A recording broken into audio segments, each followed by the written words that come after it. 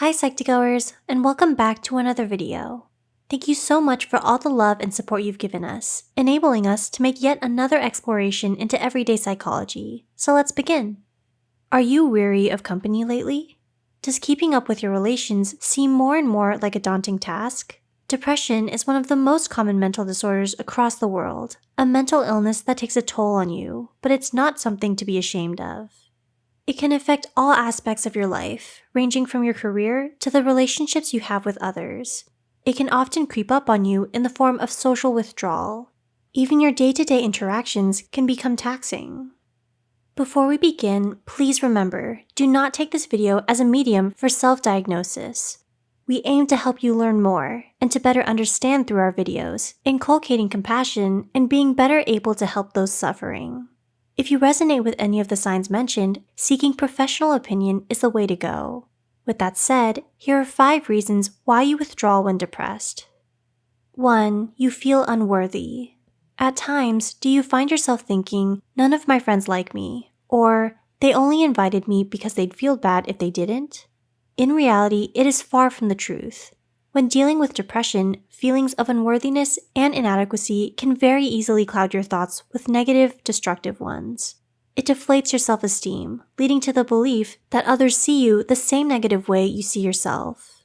Even when your closest friends and family have pure intentions sending you invites to parties, asking you to go on girls' night out, or calling to check up on you, it can feel like they're doing it only as a way to protect your feelings and avoid making you feel hurt and left out. Opening up and expressing your true feelings can be difficult for you because it feels like no one understands the pain you're going through. 2. You lack energy. Depression can be draining. One of the many symptoms of depression is feeling worn out, both physically and mentally.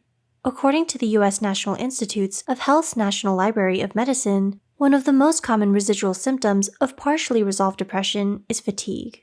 Broadly defined, symptoms of fatigue can affect physical, cognitive, and emotional function, impair school and work performance, and disturb social and family relationships. For people with depression, it can be hard to find the will to get up in the morning, let alone find the energy to go out and spend time with others. It is way easier to just stay in rather than muster energy to socialize. Depending on the severity of your depression, doing just about anything at all can feel more energy-consuming than it normally would.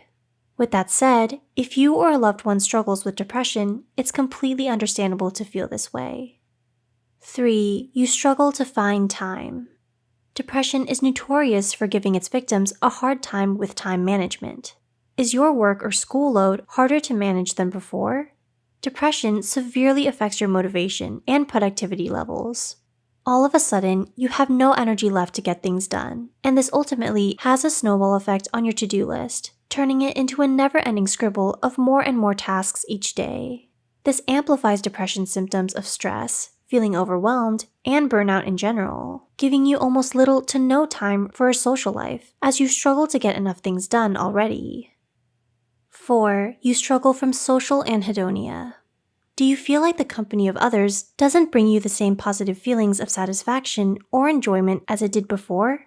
Has spending the holidays with family, lunch breaks with your coworkers, or even dates with your significant other lost its charm?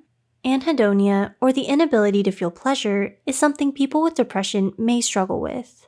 Social anhedonia is a form of this condition that refers to one's detachment from socialization due to the absence of pleasure they feel from it.